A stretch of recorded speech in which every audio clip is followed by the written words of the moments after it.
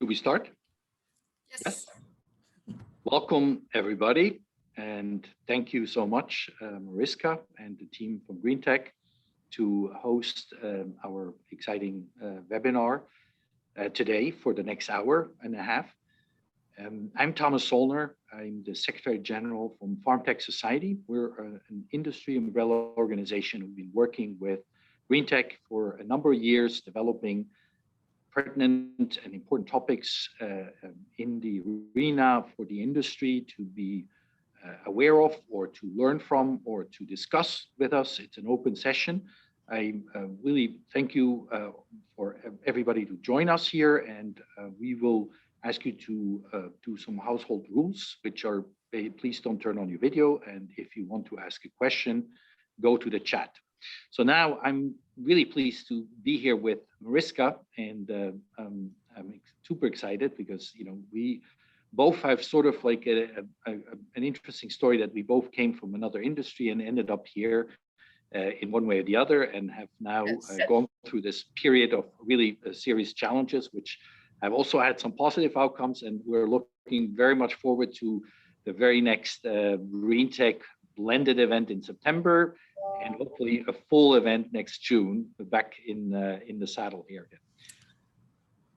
Hi, Thomas. Well, thanks for having me here, and I'm really glad to be part of this great webinar on a very important topic: how to attract talent to our great industry of horticulture. It has tremendous opportunities. I'm Mariska Dressler, Director Horticulture of GreenTech, involved in horticulture since 2013, when we started with the GreenTech and putting all the technologies that are so worldwide,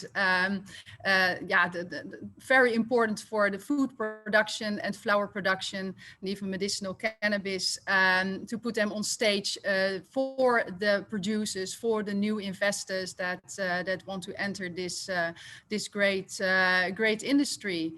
So yes, I mean, agriculture always had an image problem with talent. I mean, it's who wants to be a farmer. I mean, the interesting part is that more in the recent years we've had an influx of young people from around the world who are really curious about where the food is grown, how is it grown, and how can they actually engage themselves into this equation. So we do have a positive development, and I think now the pandemic has actually created an even larger opportunity for the industry to become visible, because we are not just operations who are engaged in bending over and harvesting something on the ground in the field. No, and this is a very sophisticated system which is employed in many different aspects. I mean, it's including food production, but also ornamental crops. You can include also insect growing, and you can include mushroom growing, all sorts of different types of important products in the perishable produce section of any store or fresh market around the world. And the pandemic has created a huge increase in demand for this, because people actually ended up being in the kitchen more often. They couldn't go to the office, they couldn't go to the restaurant, so everybody started cooking. And so we saw in Europe for the first time since 1945, there was long lines to get into stores. I mean, it was really amazing. And then you ended up going into stores, and there were no more tomatoes. They were all sold out. Yeah, so exactly. It's really interesting. And I think that demand has also shown that supply chains need to be rethought. Local for local is becoming a very big topic. And of course, it's shown that the demand most likely will not just decrease as hopefully we go back to sort of the work we do in the offices and go to the restaurants again. In previous crises, I mean, the financial crisis, I remember I was in New York. I remember that actually the increase in demand on fresh produce went sky high and stayed up there, because people enjoy actually really hosting, cooking, experimenting, and this is for here to stay. So that means our industry needs to ramp up to meet that demand.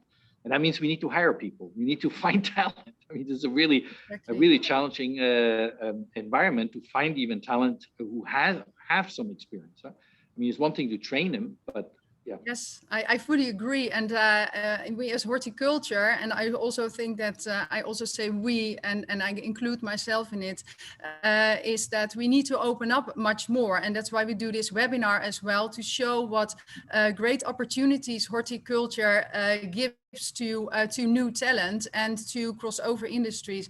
And think about the compliance part, the marketing, the HR, the Internet of Things as a whole. There's so much going on, and we need to open up and to show this new talent what is thriving us, and how great this industry is to work at. So I'm really excited to hear about all the knowledge experts that we have in our midst, what they have to say. Can you tell us a little bit about the topics that we are going to touch today, Thomas?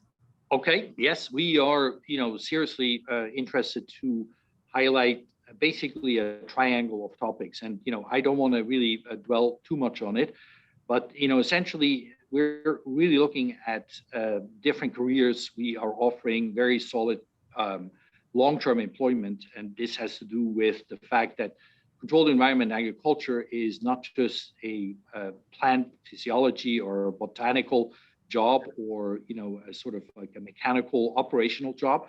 No, these are really developers in many different fields, including applied mechatronics, Internet of Things, as you mentioned, but also in the scalability of this system, including a complete integrated automation. I mean, these are very exciting career opportunities. So if I'm an engineer working for Airbus, and I'm really worried that next year I'm out of a job, we can actually welcome you to really look at the options we have, and this is not just in one country or a few countries. I mean, this is going to go global.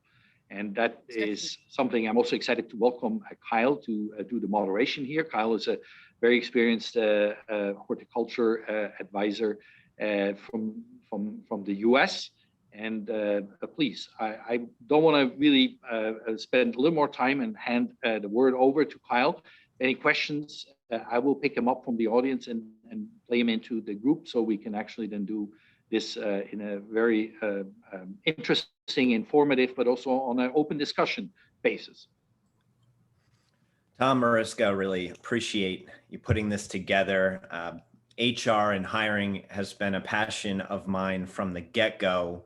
7-8 years ago, I couldn't find a job, really wanted to be involved in this space, and had a really hard time finding any work. And once I did find work, that's when I created Ponic Jobs, a job board, to hopefully help connect some of those dots. But if I've learned anything, it's that a job board is not going to solve all the problems that we are facing when it comes to HR and hiring practices within the industry. So really what I think a good way to speak about this is we're going to talk about the problems, some of the solutions that the panelists think are the way to go, and then we're going to cover COVID and how that's affected the environment for us as well. So why don't we start off with some introductions. Todd, if you wouldn't mind introducing yourself and explaining what you do, a bit about your background, and the work you're doing over at BEST.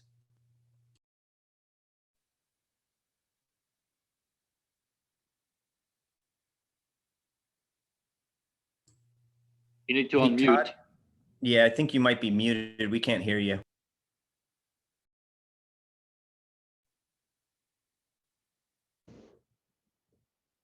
Yes, thank you, Kyle. BEST is focused on many areas of the green industry, including the Controlled Ag, which allows us to take a very holistic view of hiring, of the talent, and beyond talent, just all things human resource that are happening within greenhouse, nursery, hemp, cannabis, Controlled Ag.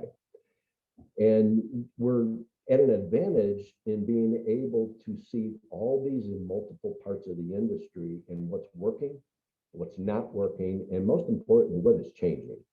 I think we all realize that the Controlled Ag sector is exploding, but so is every other sector.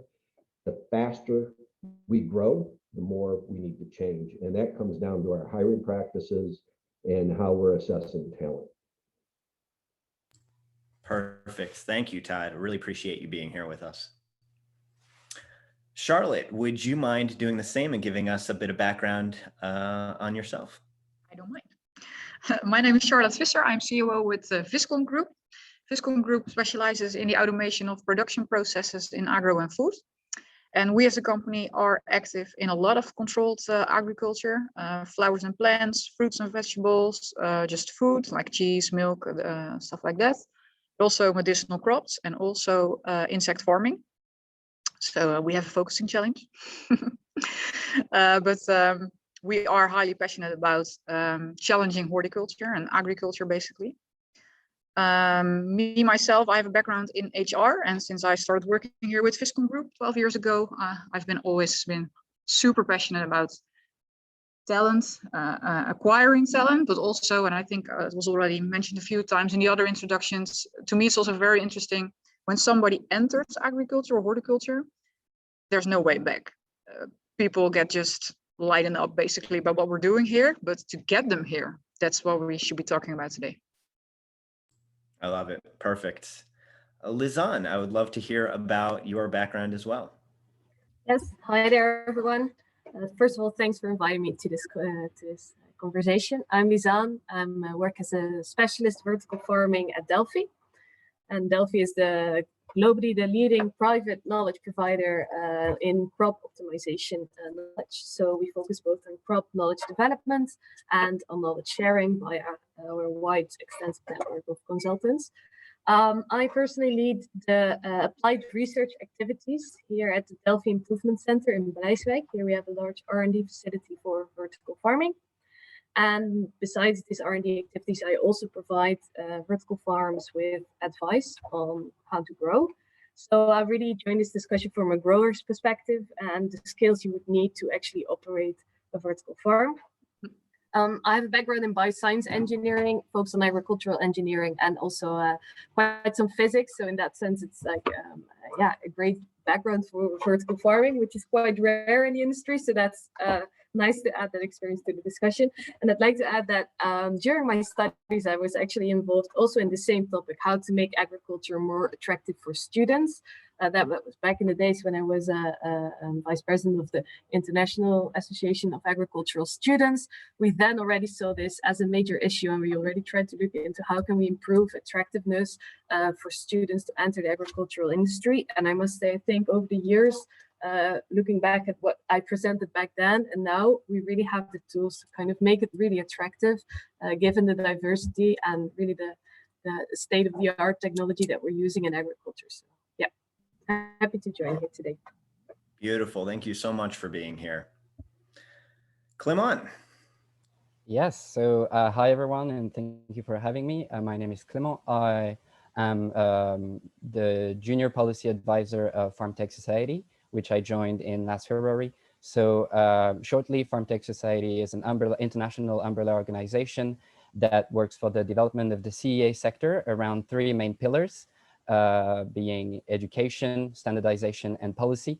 And here I'm going to focus a lot on policy and education, as our advocacy activities at the EU level are focused on creating narratives for the industry and also having the acknowledgement of CEA as a good solution for sustainable food systems.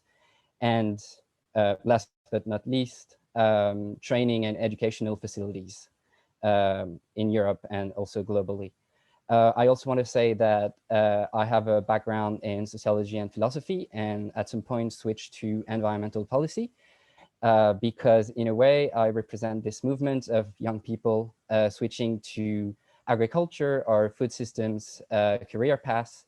And as we will talk a lot about this, and again, I'm happy to be here.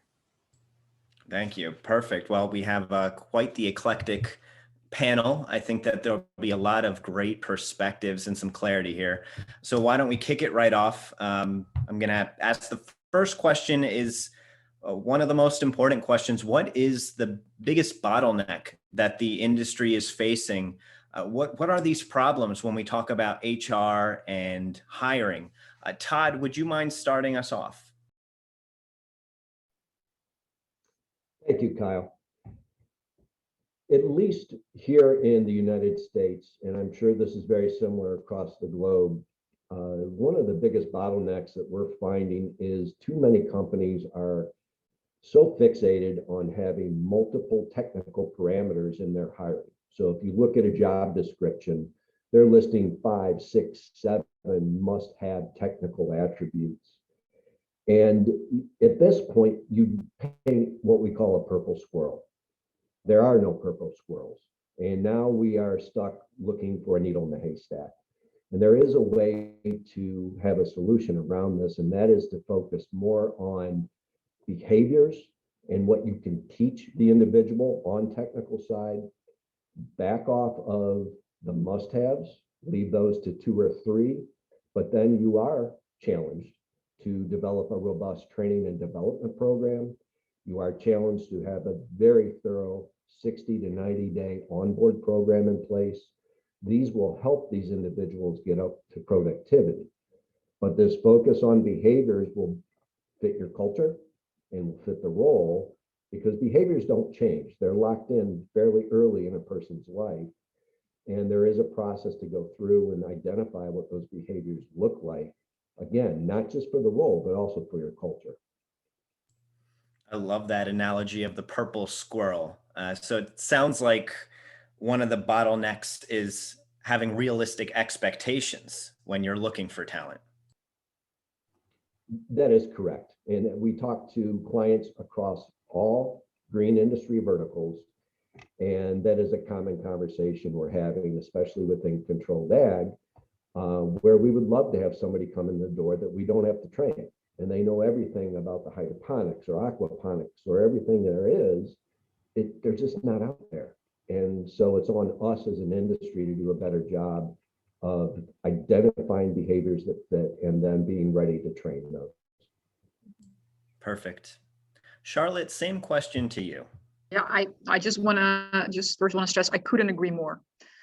It's what we find in the company. It's a hell of a job to find people who are packaged ready, basically, and enter the company, and you just start working. So I just had like a strategic session with all my managers for our plant technology side, Fischer Plant Technology, last week, and those were 15 people under 30.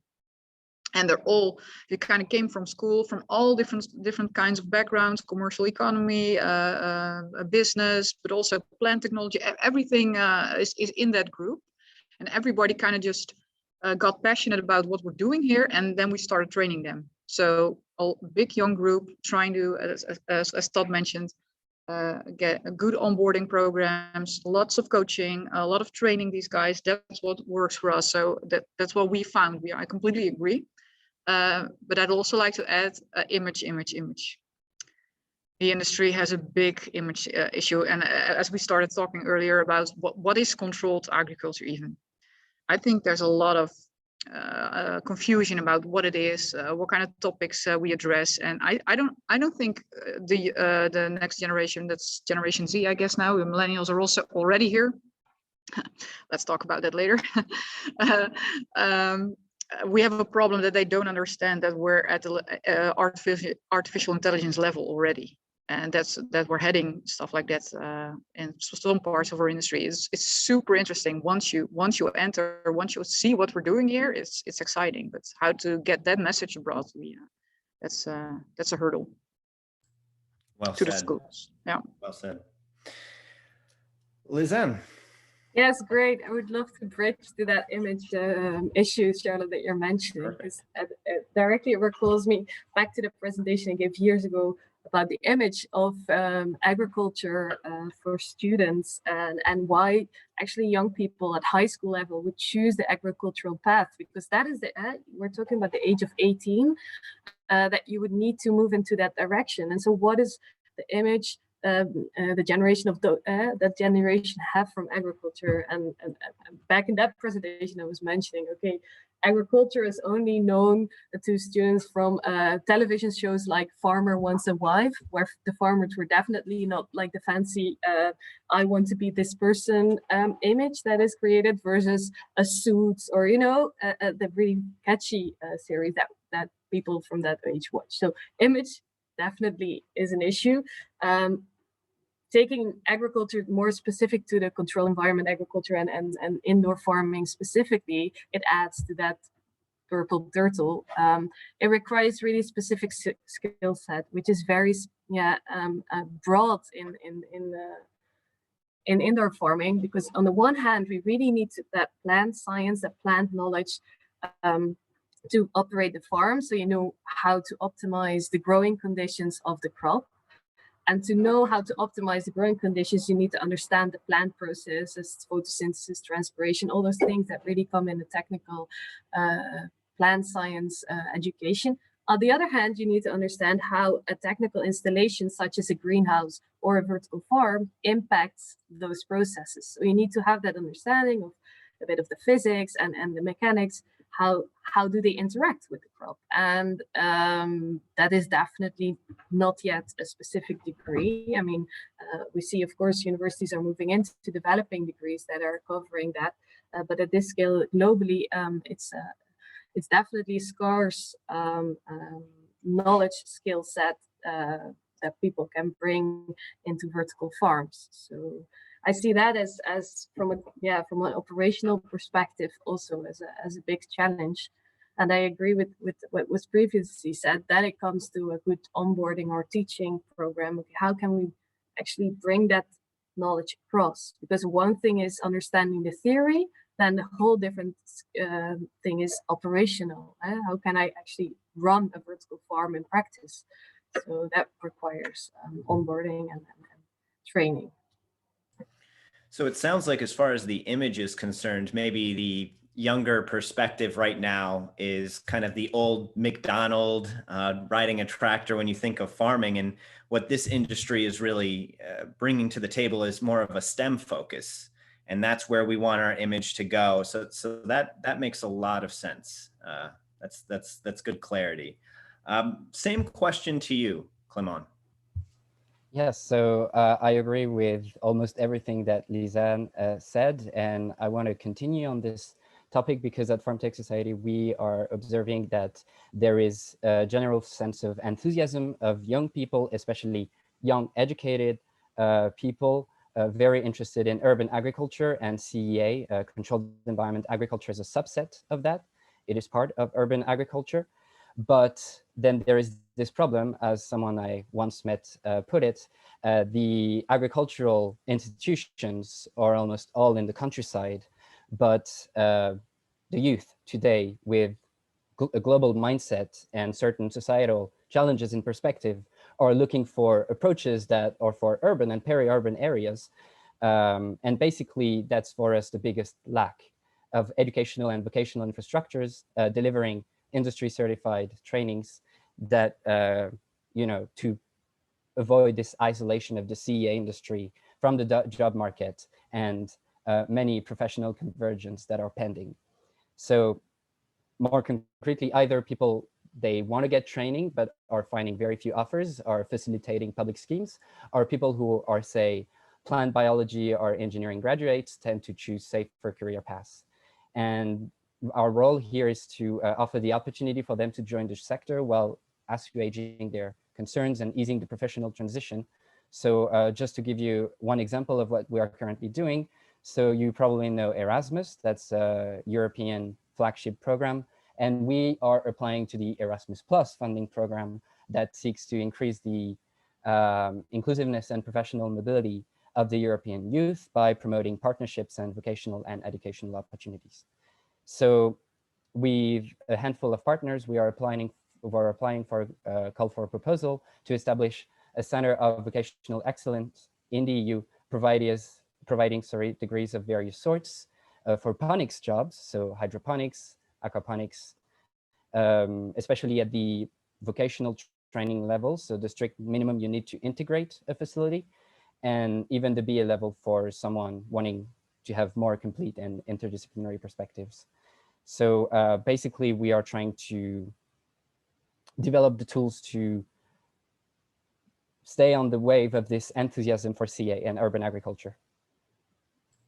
Makes a lot of sense. And I like that you mentioned the interest level of the youth wanting to be in the urban environment and not making that connection. They're not thinking, oh, urban environment, farming, food production, it's abstract. So, really rounding up some of the issues that we discussed here, when it comes to someone looking for talent, expectations. There's the disconnect with what the industry expects, what they want to see in filling positions, and the reality of what we're experiencing right now. And that goes hand in hand with being able to train the industry, getting everyone up to speed, developing these talents so that we actually have what people are looking for and can fill those needs. Image was another great point. And I personally haven't thought too much about image, but it's a really important idea that the image of the industry is going to determine who's attracted to it. And as you said, Clement, the security is, people don't think about being able to support a family or having a secure position with farming. It seems like the perspective is often opposite.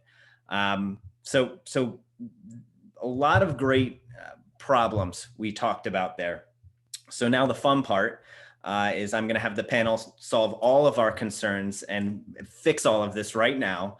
The big question is, how can we fix these problems? How can we attract that talent? And should we be looking at conventional agriculture? Should we be looking at other industries? Very open-ended question. Bottom line, how do we fix this moving forward? Todd, once again, I'm going to start with you. Thank you, Kyle. And these are great points that everybody brought out in the first session. In solution-oriented fashion, one of the areas I know is a bit sensitive within controlled ag has been how tightly many of these companies hold their technology. The more we collaborate within the entire agriculture and horticultural industry and share knowledge from leadership positions and share knowledge between each other in controlled ag, as opposed to saying, I'm going to build the newest, biggest, best mousetrap that is going to be disruptive in a positive way and hold that too tight, the more we're kind of slowing down the process of figuring this out. So that's one of the first elements that I would share is we just need to collaborate. The knowledge is there. There is a bandwidth there of leadership and human resources that extend into all these other elements of ag and hort. So let's not hold control ag as its own special and ignore these things. The second would be to look at, and we've talked a lot about the youth, which is critically important. We need to make this cool for all these people in school right now. And the more they learn about it, the more they really realize what this is, I think they are going to say, wow, this is a great career. But we don't want to ignore 50 plus professionals. There is a high abundance of professionals who are 50 and older who are super frustrated right now because too many industries have swung the pendulum down on succession planning to focus on 25 to 35. And these individuals can't even get an interview. There is talent, and there is specific talent and knowledge with hort agricultural principles, getting back to just propagation elements. There's people who know this, but we need to open it back up to the 50 plus. They will train quickly. Yes, they may be a bit behind the curve when it comes to some of the AI and some of the technological advancements, but this is where reverse mentoring also comes in. They've got the commercial knowledge. They've got the people skills. They have plant propagation knowledge. They can teach this to your younger team. Your younger team can teach more of the technical and the AI aspect to the older generation. So we want to really develop this more wholly and not ignore 50 plus. There's a huge talent pool, and it offers reverse mentoring that can help your entire organization.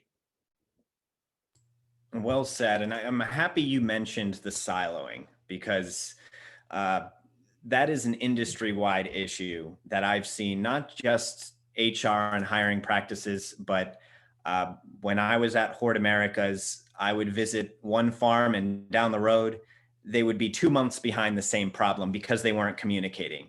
And I know it's very apparent in the US market, and I would imagine the European market as well, is just holding information very close to the chest instead of sharing and cooperating. And I'm happy you bring up a lot of, when we talk about talent acquisition, it's always the younger generations, get them young in schooling, but we should still, as an industry, focus on the 45, 55 aged individuals because they have a lot to offer. They've been in the industry. They've learned a lot of what to do, what not to do, failing forward, all that good stuff. So I'm happy you bring that up, Todd, that it's not just about being attractive to the younger generations. And I think these bright purple lights shining in the air and these automated facilities, it's very sexy. So I think the youth will hook onto that, but let's collectively not lose focus on some of the older experienced generations as well. Charlotte, would love to hear your perspective on some of the solutions we can offer here. Yeah, again, I agree with Todd. I want to first address that. I see a lot of young people, you're right, they are then in the end attracted to the purple lights as opposed to the purple turtle. They come in, but they are a lot of them are millennials. And what we see in the millennial workforce is that they all will change the world. And it needs to be Instagrammable, but they also don't know how to get there. And they need the more experienced managers. So I completely agree. What we see in the more senior workforce, they know how to coach, they know how to communicate, they know how to pick up a phone to actually confront stuff like that. These are skills this generation really needs to learn from that generation. So I agree. It kind of opened my eyes because we see it here, but I didn't see it as an actual solution for the bigger problem. But you're right. I guess that's the one thing I'd like to address. The other thing is horticulture mainly has been run by family companies here, at least in the Netherlands. I think also in the US, by the way, a lot of family companies, Dutch families, also in the US. And they've been really hard workers. They have been super good growers. They are experts in what they're doing, but they are not marketeers. We see it changing now in the US. A lot of like Mucci Farms and companies like that. Winsett, they're winning Grower of the Year at Food Logistica because they're marketing companies. They know how to get a message across. And here in Europe, we're content people. We're about doing a really good job, but we don't know how to sell ourselves, basically. It's a commodity market here. And as an industry, as we would get our message across better, then that will really help to also get work on that image. So we need a lot more help with marketing, I guess, just on who we are as a business. So what we do as a company, we put a lot of money and focus there. And what we do is opening up our company, provide a lot of guided tours, we try and make really good professional marketing material, which helps people really understand what we're doing, because getting that message out, that's it's to us, it's all obvious, but to people from outside the industry, it's not. So you really need good marketing material, and we're not used to investing in horticulture there. Absolutely. It's a great point, the ability to express what we're doing and attract that talent. You know, I think vertical farming, for instance, in the States is very good at marketing and getting that sexy appeal and showing how cool it is. But, you know, I was at Metrolina Greenhouse, North Carolina, and wow, like what just a sea of glass, impressive operation, acre and acre. And I no one knows about these things. And there you go. I know if I was in high school and I took a field trip to Metrolina, I think I would have avoided the whole chef portion of my career and hopped right into agriculture. No, you're right. So but what do we do that constantly with high schoolers, middle schoolers, even universities, engineers, everybody, invite just as many people as we can to the company and to our customers and show them what's really happening. Because if you don't put in that effort, they'll never understand what you're doing. That's how we get a lot of students, at least in the end, do an internship here, because they said, oh, we did once a guided tour with you guys and it really inspired me. But if we wouldn't have done that, we would have been the one horticultural company between all the flashy engineering companies in other industries, right? So you really need to put in the effort as the business side of the spectrum as well. The companies, the actual companies who are building this stuff. Absolutely. And it's fantastic point. And I think let's move away from the aquarium and zoo visits, or we can still do those, but let's get some kids into the greenhouse to check them out. I think that'll do a lot for development of the industry. Lizanne, would love to hear the solutions you have in mind. Yes, thanks. I heard quite some good points already.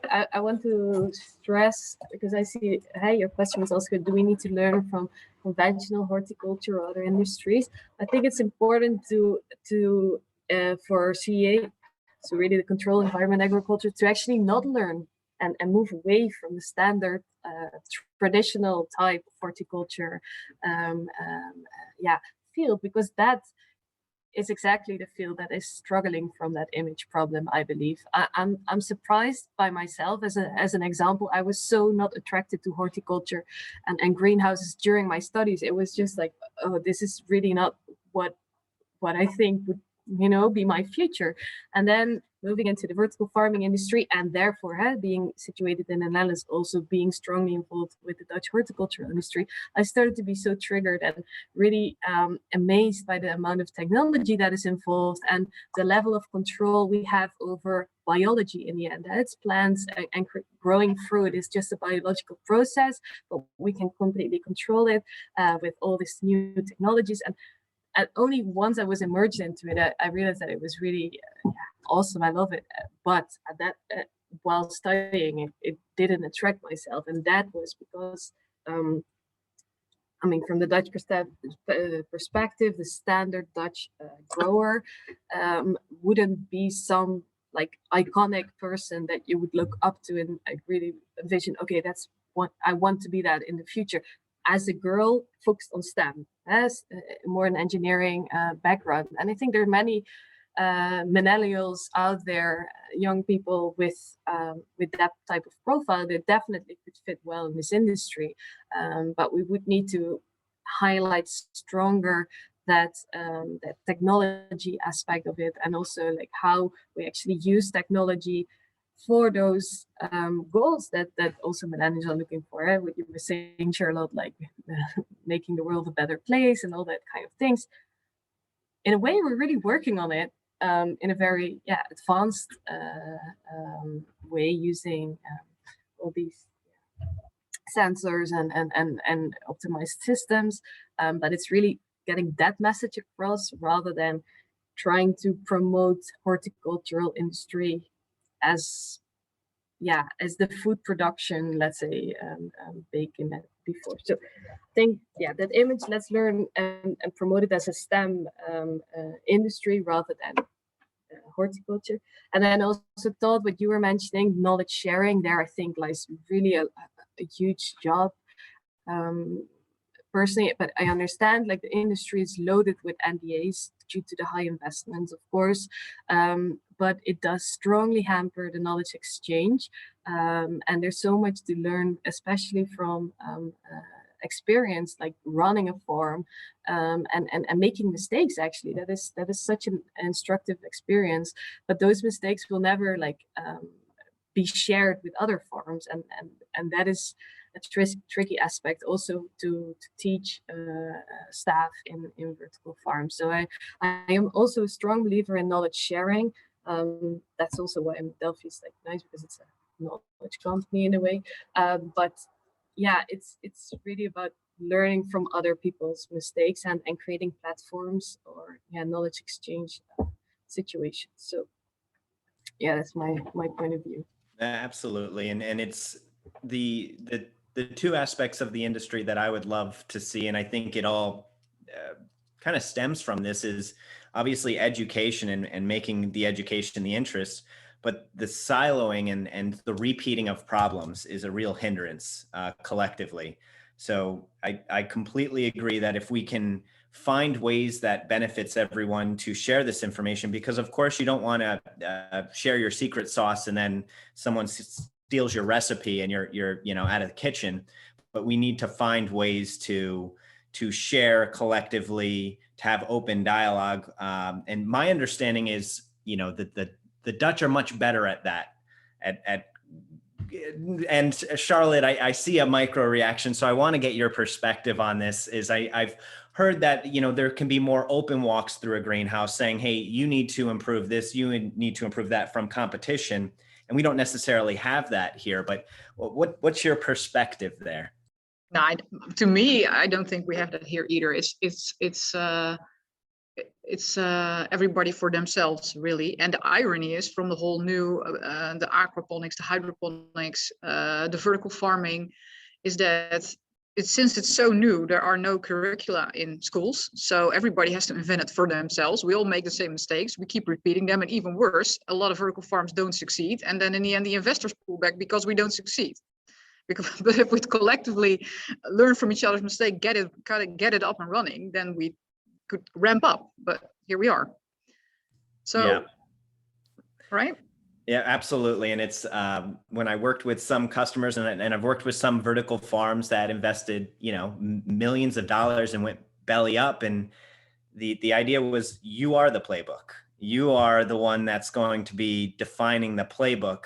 And if we can collectively come together and create this actual so-called playbook, I think it'll really help talent acquisition, interest in the industry, and insurance in that we have a future here. Because if no one talks and we fail and a lot of these big players go belly up, exactly, the industry would be in trouble. There wouldn't be interest. There wouldn't be investment dollars flooding in if there's a so-called bubble that pops due to repeat of mistakes and no ROI. So and we are at that tipping point, right?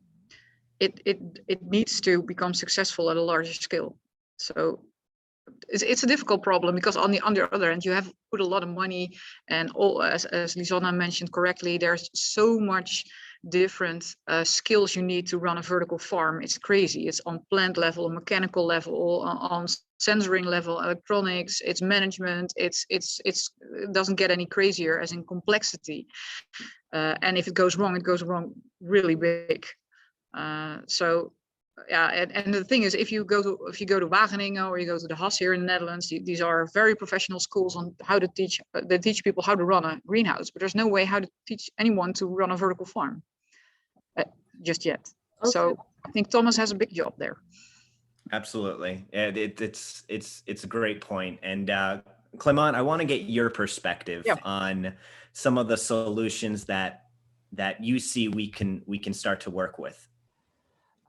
So building upon what has been said, at FarmTech Society, we agreed that, of course, we can get workforce from different sectors like conventional horticultures, and that we also shouldn't exclude in any way people who are above 50 plus. But still, the biggest argument that we have is about the youth. And also, I want to just make a clarification. When we talk about the youth, I think most of the time we talk about the age of under 40. So we are talking about millennials, people born in the early 2000 years, but also people born before, from the 80s to the end of the 90s. And that that plays a big role, as I will explain in a minute. So before laying out this strategy, I want to give a little bit of context as to what is happening in the agricultural world. And as you know, what we observe today is a lack of generational renewal in conventional agriculture. And just to give you numbers, around half of the farming population today is aged over 55, and they will soon retire. And so there is a great need for workforce renewal. And there are many obstacles that stand in the way to meet these goals, like lack of property, capitals, but also fear of isolation from newcomers. So on its side, the EU is trying to do something, but it's not really working. Its Common Agricultural Policy, the CAP, or the CAP, has failed to support young farmers entering the profession because the policy framework still, the major issue is that the policy framework still rely on a strong urban-rural divide that basically does not exist anymore with CEA and various sorts of urban agriculture. And the funding schemes for young professionals favor conventional agriculture, and most of the time the fundings are not deemed sufficient. But still, there is a lot of young people interested in agricultural careers, and they are switching to urban agriculture. So here is a major thing we'll have to do for the CEA sector, is in terms of attracting workforce, what's special that CEA has to offer compared to other sorts of, community-centered approaches in urban agriculture, so on and so forth. So here is my answer to Todd's question, how to make CEA cool. I have 3 points. And the first one is that CEA basically offers an opportunity for young people to have 2 desires reconciled. And the first one is to have meaningful agri-food careers. And the second one is to have certain lifestyles. As we put it, open fields, monocultures, and tractors are not that sexy anymore. And the youth is more interested in urban agriculture. So they don't want to relinquish, to give up on what they aspire to do and a certain lifestyle. So we could basically attract a big chunk of young adults interested in professional reconversions, emphasizing this point. And the second point is that the global mindset and perspective constitutive of CEA and CEA growers, basically when we're talking about CEA growers, originally we're talking about educated young adults most of the time.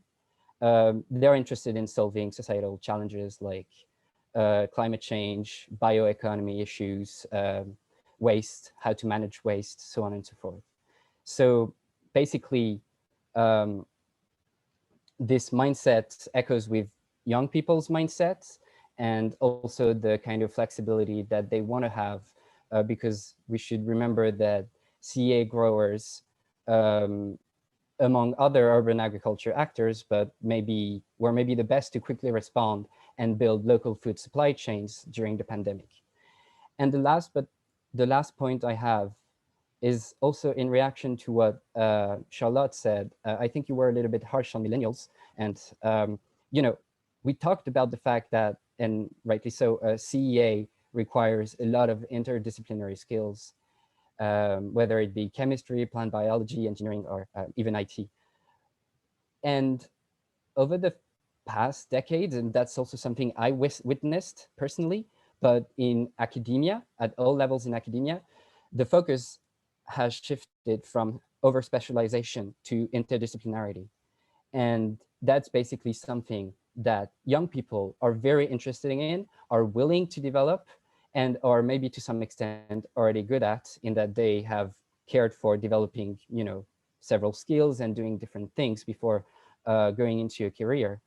And this interdisciplinarity might be an obstacle for older workforce, but might actually be an asset attracting young people. And this interdisciplinarity also, talking from my perspective, is also interesting in terms of professional opportunities, because when you work in an interdisciplinary cross-sectoral environment, you also have the opportunity to switch from one approach, communication, to another one, operation, so on and so forth. And that's something key for young people. That's what they want today. Well, maybe if I can just address that. My point wasn't to say that there is no that they're not able or can't learn it, but they do ask. That's what my experience in business is, for a lot of coaching. So because they dream big. This is why this generation, we finally have a generation who wants to change the world, and also indeed gets the education and enters the company and really wants to go quick. But what I see also is that it really helps them to be coached by a more senior generation to actually understand how to get there. That's kind of was the point I was trying to make. Absolutely. And I think something that we can all agree on here is that there's value to have with all of these different generations and groups of people. Is we can't just say, oh, the millennials, all they care about is the phone, and the boomers, they don't even know how to use their phone. I think it's dangerous mindsets to get into. The bottom line is that we can all learn from each other here, that we need to, the millennials, stereotyping, they want to change the world. They want to make a difference. And the older generation has been in the world and they've seen a lot of the problems. And so I think that the dynamic here is to really come together at the end of the day, is not to pit groups apart, because then we're doing exactly what we say the industry problem is we're siloing. We're siloing talent based on age groups, and that guy's too old to teach me anything, that guy's too young to teach me anything, and we can't come together. It is a dangerous approach. So I think we're all on the same page that the bottom line is working together and respecting the different groups of people is a big portion of how the industry will succeed from a talent and age standpoint. So I want to shift the conversation a little bit at this time and talk about COVID and how this is. Interrupt quickly before we, because I have a question. Yeah, I'm sorry.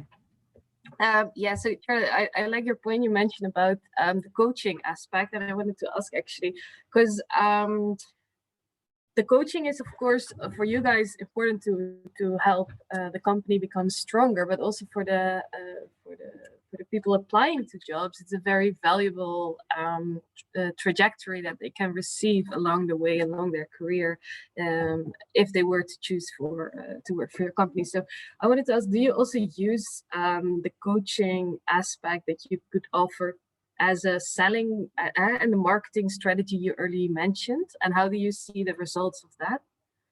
If that is the case. I'm not sure, we don't really use it in explicit marketing, but what we do, we see a lot of people who interview here, they come prepared really well, and they ask about things like that. How's the onboarding? Who's gonna be my manager? How does it work? What's the company culture? So what we do is our HR department is highly involved in what we do in the business units and in what we do at group level. And I'm responsible at board level for HR. So we work a lot with the HR department about understanding who we want to be. And also we're transforming as a company as well, right? We're also a family company, third generation. So for us, it also changed from you just have to work hard and build machines to we all that's kind of a spirit there. You understand it, right? To more of a knowledge-based company who's starting to focus more and more on the talent being a talent hatchery, basically, which is also, by the way, my dad, who recently retired from the company, but was really, really important for him to get a new generation attracted to this industry, but also, developing talent and giving a lot of opportunity. But that's like a company culture thing, but in the end, needs to not just be at board level, but all managers need to start understanding that. And it's work in progress, to be honest, for us as well. But that's what we do, is trying to get it in the veins of the entire company and just kind of radiate that. Mm-hmm. Yeah, nice way to put it, the talent hatchery. I like yeah. Yeah, that's good. Okay, thanks. And the last point I'll bring up about the mentoring side of this is I think that when it comes to, let's say, strictly a head grower or a grower role, in my experience, the individuals that have been growing for 40, 50 years, they've graduated to being artistic. It is special. It is something that you cannot learn in a few years or by reading. It's years and years and years of hands-on experience. So I think something that the younger generation should value, in my opinion, is the art of growing. And yes, we're in different environments and different conditions, but I think the art of growing and a very experienced head grower has a lot of value. And that's where we're going to really be able to train the younger generation, is leveraging the years and years and years that these individuals have put into their craft. Great. Well, let's start the next segment. Lizanne, if you would like to speak a bit right off the bat about COVID and how this has affected the industry, how it's affected your work personally, and what this really means when we talk about talent acquisition and HR in general. Yeah, so it's an interesting topic related to CEA, because I've spoke about this before, but to be very concrete, COVID has almost very limited affected the vertical farming industry, and that's maybe also to refer to what Thomas was mentioning in the introduction. It's, I mean, it's an industry that is very solid and resilient to the crisis in a way, because you're growing indoors. And I was a grower during COVID, and I was producing continuously crops, and of course we were also forced to work from home.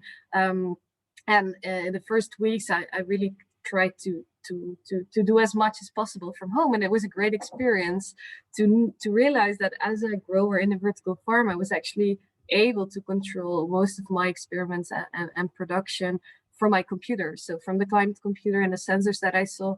And of course, you have a different approach. You're really trying to look for errors, is something going wrong on the floor, and then sending someone over to fix it. But it was a great experience to see that that was actually possible remotely. So that is my personal experience, that being in this industry during COVID, it hasn't really affected the growing side of it. Talent acquisition as such, I'm not sure how strongly that has impacted the industry. I haven't seen any trends related to COVID and the talent. I mean, people are still graduating, people are still changing jobs. That has continued, at least in my surroundings. Charlotte, do you have any clarity that you could offer us when it comes to COVID and how this has altered the industry from an HR hiring perspective? How it's altered the industry is maybe a little bit different than it's from a HR perspective. For me, what we see as a company is that during COVID, the amount of requests we got for vertical farming and hydroponics, people want way more. The whole trends that were going on about sustainability, about being local, about producing local, about producing more controls, kind of sped up during COVID. I guess everybody got a year time to kind of lean back, rethink their business, rethink how we're going to invest, and we feel that now, obviously, that a lot more interest is there, a lot more investment. Investors are highly interested in those areas. So that's on an industry level. We see that's happening really fast. On an HR level, I'd say that's probably we're going to notice that in maybe half a year and a year. I think also all people who are now in schools, or kids who are in schools, they are products of this crisis, obviously. So also they are going to rethink everything. And you see now a lot of 12-year-olds who want to be vegetarians and stuff like that. That's exploding, basically. That the younger kids are all thinking about sustainability, about all the big macro trends, I guess. And they're going to join the workforce in a few years, and that's going to be a whole new ballgame to me. But as of right now, every industry is overheated and there's no talent available. That's what we see. But I think in a few years we're gonna see a lot of effect from COVID. Even more, the millennial generation was inspired to change the world, but the next generation is going to be even bigger on that, I guess. And maybe it's going to even tip over to that's what I see, by the way, now also with a lot of young people. They need to understand that we as a company will do something meaningful, otherwise they'll leave. That's changing. We're going to a deeper end of that spectrum. That's what I see. Yeah, very, very purpose-driven and bringing up the younger generation that might be vegetarian or vegan. It seems like a good career choice to grow vegetables at the end of the day, if that's the lifestyle you chose. So that's a great point. Yeah. Yeah, no, you're right. No, but also that is the thing. They don't want to work in husbandry and stuff like that anymore. They want to understand how to produce food and on a global level where we use less resources. And these are really interesting themes for everybody, I guess. But the generation who's now has the luxury to choose a new career path, it's going to be if we do our jobs and explain well that's what we're doing, then we have a lot of opportunity, I guess. But again, you need to also, as companies, I guess, I constantly, I speak from a supplier, basically, or partner level, but we deliver obviously to the companies who are the processing companies. We all need to get that message across that's what we're doing. Agreed. Clement, from your experience with policy, I think that this would be a good question for you when it comes to COVID and CEA and bringing your experience with policy. What sort of changes have you seen in the industry? So I couldn't agree more with what Charlotte said, and it's still difficult to talk about this issue because it's been only a year and the data are not yet available to have like a comprehensive conclusion. But basically COVID has accelerated the development of and offered many opportunities for the CEA sector, starting with the growers and facility owners needing more workforce to keep up with local food demand during the lockdowns. So, and I also want to stress what happened in people's minds very often during the first lockdown, so last year in spring. It's that there were concerns about the potential collapse of a globalized food systems, which in turn has spurred a great interest in local food systems and urban agriculture and also CEA, while people witnessed, on the other hand, the failing of conventional agriculture and conventional food supply chains to keep up with the demand. But also there were a lot of delays that happened because of logistics issues and also a lot of waste. And I think this basically shed distrust on conventional farming and also the global food systems to cater for what people need. So people are switching to urban agriculture and CEA. And in terms of policies, there has been already some reactions, mainly from national governments in the EU, but not yet at the EU level. And as I said earlier, the problem is that these programs, so for example, in France, the COVID recovery plan wants to dedicate something like 60 million euros for urban agriculture. But governments and policymakers are, first of all, thinking of nature-based solutions. And CEA is not a nature-based solutions. It's more of a biomimicry solutions, which means that it's technology that mimics natural processes in a way that's safe because we're not kind of playing God. That's kind of the underlying rationale. And there has been some money being fueled into the sector by, yes, national governments, but there's still a struggle coming from CEA actors to really put forward their difference and how they're different from urban agriculture and what they can bring that's different and also complementary. That's a key word for us. So yes. So it sounds like what COVID from your perspective has really done is shine the light on food security and CEA as a tool to solve that food security. So you're seeing more funding, more interest, and from that make a difference mentality, what better way to make a difference than food security? Exactly. There is this mentality that's growing and spreading, but the problem is that we are not yet sufficiently aware of the different types of agricultures when we're talking about urban agricultures. And urban agriculture is basically being put at the center of the stage because it's more reassuring. While sometimes the technology aspect and also is a little bit scary, and the indoor aspect is a little bit counterintuitive, given that everybody has been told since childhood that everything grows outside and it needs soils and sun and water, of course. Yep.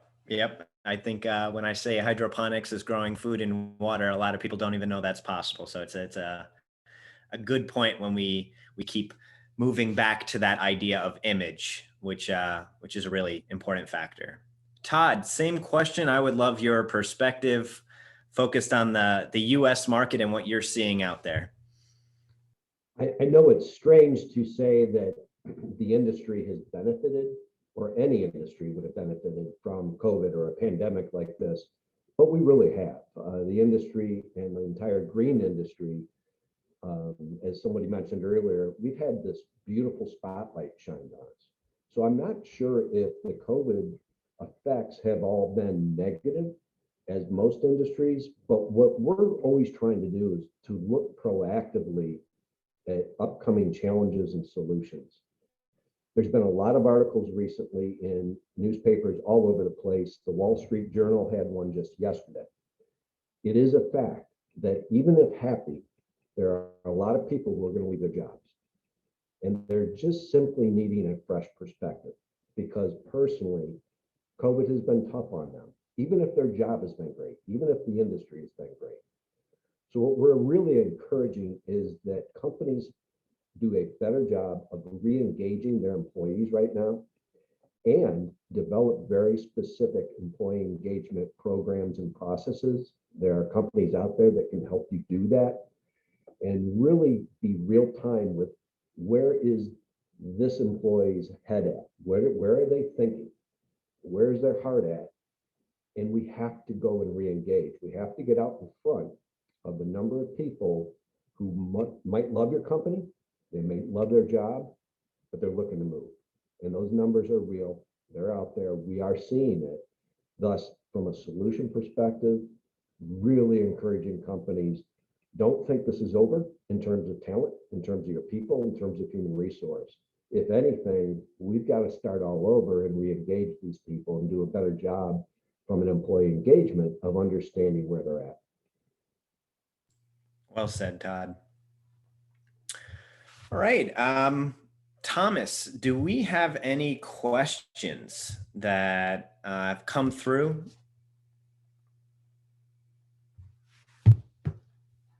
Yes, thanks, Kyle. I mean, this is really interesting discussion you guys have had, and we have a couple of questions here, which I want to put in the chat for you guys to look at. There's particularly one, somebody is asking, do you think that the education and agriculture are too old school? Okay, yeah. I can comment. Lizanne. Yeah, I would like to lead to that question because it's a difficult one. Of course, it's easy to say yes, but what I see, especially for vertical farms, it's so difficult to make the school program fit directly for the operational job in a vertical farm. And that is specifically because a commercial scale, so we're talking about over 1,000 square meters vertical farm, is so expensive to build. And it's not like that the vertical farm is open. We've talked about the NDAs before. It's hard to find a vertical farm of such a scale that is willing to allow classes of students gain experience in their farm and then let them work in the next vertical farm in the next village next door. So the scale and the investment cost of an experience, a real life experience, is just very high. So it's a bit tricky, and we need to find solutions how students can still gain that operational and practical knowledge. So yeah, I think old school is easy to say, but I do think we need to look into ways how we can merge the newest technologies into schooling programs. And there are probably all kinds of new technology also, like virtual and all those kind of things that we can make it more state of the art. Agreed. Yeah, and I think that it's a challenge having, as you said, opening up your vertical farming to schooling. All of a sudden, you're accepting a lot more variables that can affect operation, a lot of resources, and with learning, you're going to make mistakes. Is the other side of it. That's a big portion of learning. So being able to afford those mistakes, it sounds like what needs to be done is really a dedicated offshoot, some sort of vertical farm staging area, deep water culture, NFT, where you can really learn via a curriculum if we can't find the entities that are willing to onboard and train people, especially, as you said, knowing that they might go to the village next door and work for the competition at the end of the day. Any other comments on this subject? Yes, maybe what I can add is it's, agriculture, conventional agriculture has become old school for most young people, I think, because of two things. And the first one is that it is very rural. And when you want to do conventional rural farming, very often it means no vacation, and you have to be anchored in one place, and it's very hard for you to leave. And that's also one of the reasons why so many people actually, take on the farm as legacy from their family and actually continue the practice. And the second one is that rural agriculture, does not, I mean, we already talked about this, but does not suit most people's values and mindsets when they, when they want to join the agriculture sector today.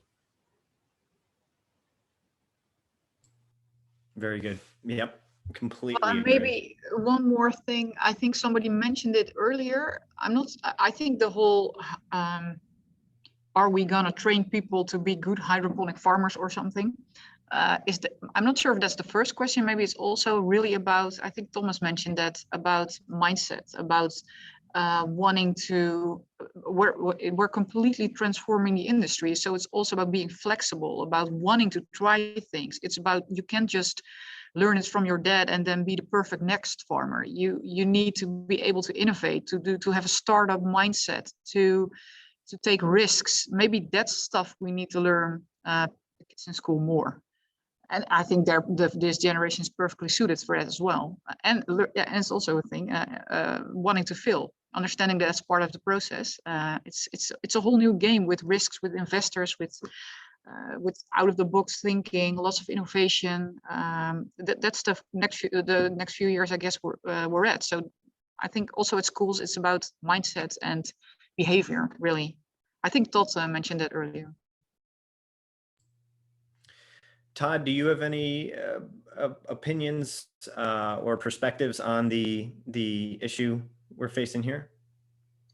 Relative to agriculture being conceived or perceived as old school, I think that is out there. But I do think the industry, the controlled ag industry, is doing a really good job of bridging that overall. I'm not sure if that is, one of our top challenges, because I think we're all very concerted in our efforts to open this up and really help people that understand that, this isn't your father's farm anymore. So I think overall we're doing a very valid job in getting this improved. If I may react to what Todd just said, so I think, thank you for your input. I think that's right, that also when people, and especially young people, are thinking of their careers, they want action. And agriculture has been associated with, certain routine, know-hows, no innovation. And this is basically one of the major arguments CEA brings in, as we are one of the few niche sectors that really investigates into the application and use of digital technologies and Industry 4.0 approaches to agriculture, which is, don't think it's the case in many places elsewhere. And I think something that we should all collectively remember when we talk about conventional horticulture and CEA is we're all in this together. And I find that a lot of times the industries are pinned against each other. And one, conventional agriculture is much, much, much, much, much bigger right now.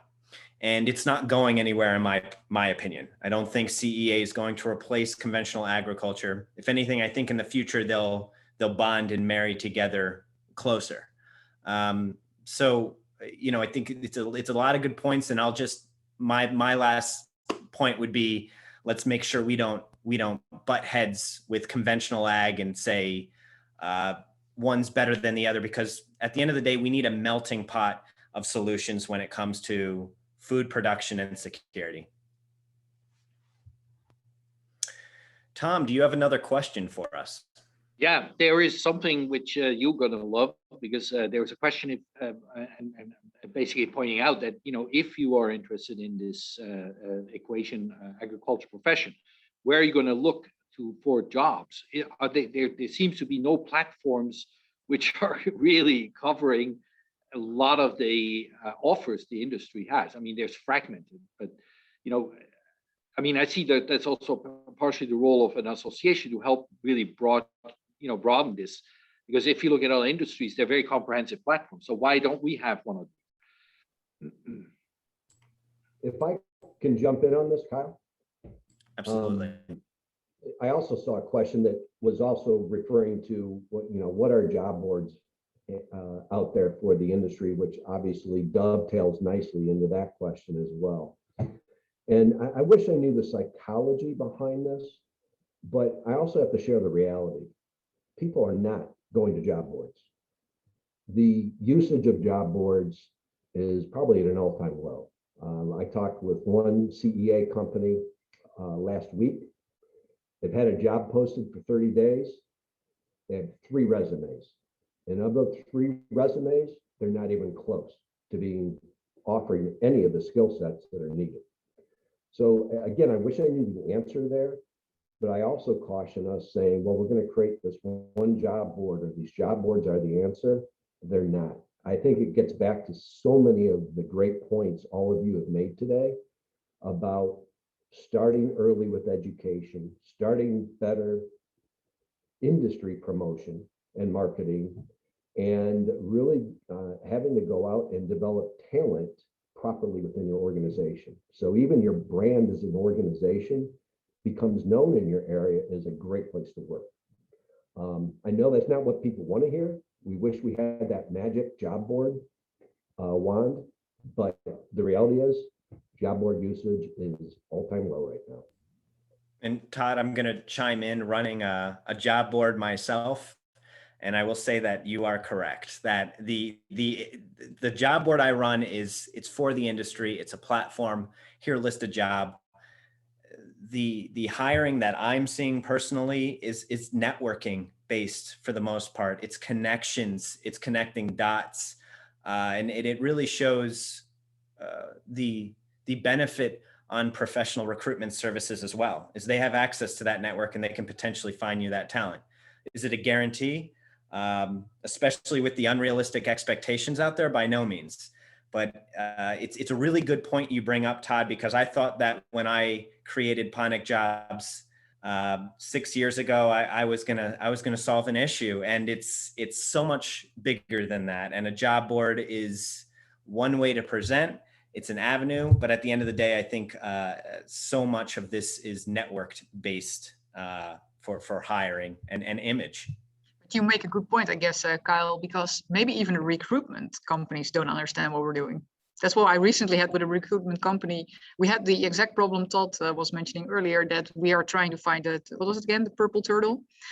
And we tried to do that for like over a year. And in the end, I said, I think something bigger is wrong here. And then in the end, we just narrowed it down to something that was reasonable. And then we started finding people. But it's also because also in dialogue with the recruitment agencies, they need to really understand what we're doing so they can convey the message to the talent their network they find in their network, right? That's a good point. You are so true on that statement. The recruitment companies and even internal recruiters at your company need to be very knowledgeable, not just about controlled ag, yep, but they need to understand the entire green industry. Yeah. And not just throw a job description out there and think you're going to get something, or exactly, or go through LinkedIn. It's about going out and having conversations and having intelligent, thoughtful conversations. Yeah, no, I agree. Yeah. Tom, do you have another one for us? Yeah, I think we have 10 minutes. So there was a question about diversity and how, the industry is also, trying to probably need to understand how to improve that. And in terms of course, attracting diverse talent means is also probably going to be changing the diversity of the industry. Mm-hmm. Is that something? Is that a topic? People are industry member. Do we want that? Of course we want that, but how do we do it? So, Clement, I saw. Do you have an opinion about this? I'm happy that this question came up because that's something that with Thomas we have been discussing a little recently, and I'm trying to make some arguments that the workforce for CA could be so much more inclusive than the workforce for conventional agriculture, and because of several reasons. So I'm not sure if the question's did the question target a specific group or just diversity in general? I believe it's just diversity in general for the industry. Yes, so there are two ways I'm thinking right now of making it more inclusive. And the first one is integrating or allowing disabled people to have a role to play in a CEA operation or even for a CEA company, given that historically speaking, disabled people have been excluded from conventional agriculture because of infrastructural and physical limitations, as you can imagine. But the infrastructures for CEA operations are in urban areas, which means that there are elevators and it's also flat. So there is this potential to have portion of our workforce coming from, different or having different disabilities. And the second one is something that I have already witnessed in urban agriculture and to a lesser extent CEA, and I think also CEA could have a big argument in that, but it's as long as there are some curricula put in place and vocational trainings, so basically what we're trying to do, then there will be the opportunity to hire people on rehab, because that's also what many urban agriculture people have been doing, because it lessens the cost and it also shows the social utility and the inclusiveness of the entire operation. And I think we can also contribute to that, but it might be still early in the building of our narratives and our tasks. And I'm really happy you bring that up. It's such a great point. And what I see in the States is it's already occurring. When we talk about harvest, I'm thinking vertical harvest and Second Chances Farm. Oh. So Second Chances Farm is rehabilitating people out of jail, give them a career, give them a second chance. And I know they have an operation in Delaware and they're expanding to Philadelphia. And then you have Vertical Harvest, which is special needs individuals. And they've been it's actually a for-profit company, but they've been able to hire special needs individuals. And that's in Jackson Hole. And I believe they're building another operation in Maine as well.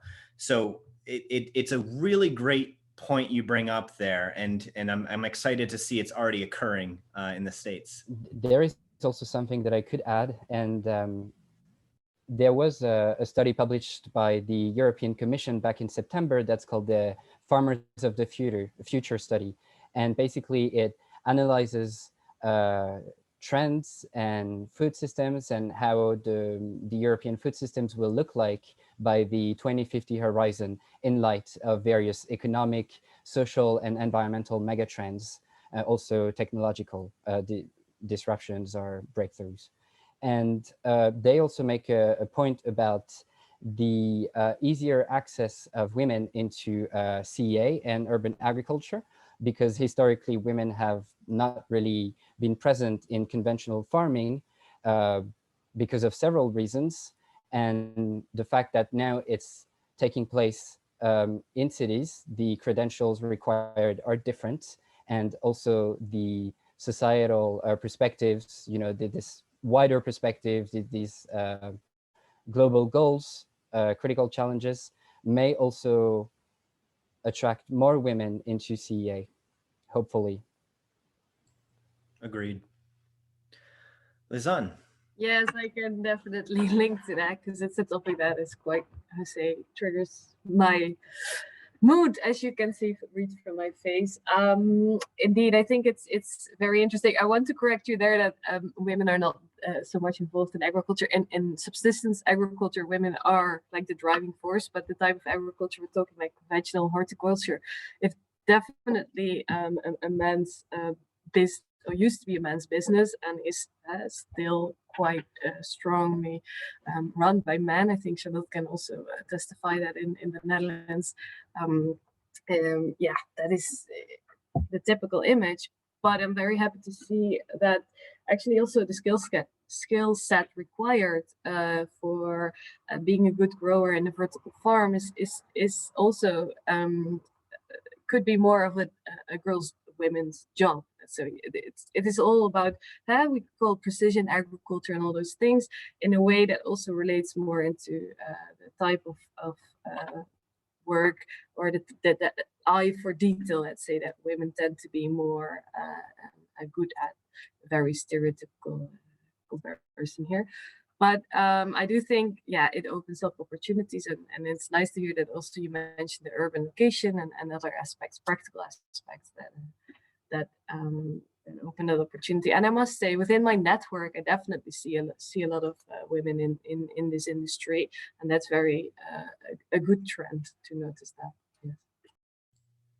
Absolutely. And it's a lot of these business models, they're very focused on diversity and really making this accessible to a whole collection of individuals. So it's another reason it's an exciting industry to be a part of. I think we are just about out of time. Is that correct, Tom? Yeah, we're rolling well. I mean, it's been really nice. So maybe it's time for you to do the wrap up. Yeah, absolutely. Thank you, everyone. This has been always learning something new, and I learned a lot here. I'm going to go off of Todd's analogy of the purple squirrel, the purple turtle, whatever you want to call it. I think it's a great thing as companies listening are thinking about hiring talent. Have realistic expectations. Have a set up procedure. And I know Todd can personally help out with that, and I've seen him do great work in that side as well. Have a procedure set up so you are really hiring in accordance to what is possible. And the other big subject that we covered here was image and the importance of developing the image of the CEA industry via the Farm Tech Society and also individual companies. We need to be aware of how we're projecting ourselves, what we're doing to attract talent, and really show that this is a really fun, sexy, cool industry, but at the same time that this is viable, that this isn't just something that we want to see go away, that this is a short, I'm just going to get in, get out. This is a long-term approach. So yeah, expectations, in-house training. I think these are a lot of great tools we can use to continue to up the talent, attract the talent, and grow the industry.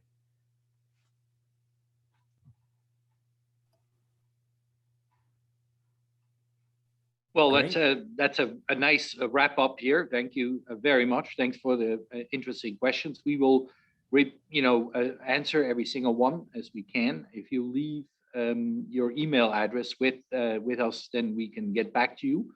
And panelists, dear panelists, thank you very, very much for participating. And thanks, Kyle, for moderating this. And I'm looking forward to continuing this conversation because this is a really big continuing topic. And all be well and stay safe, and looking forward to engage in the future at the Green Tech in Amsterdam. Thank you all. This has been a pleasure. Thank you, everyone. Thank you for having us. Thank you. Bye.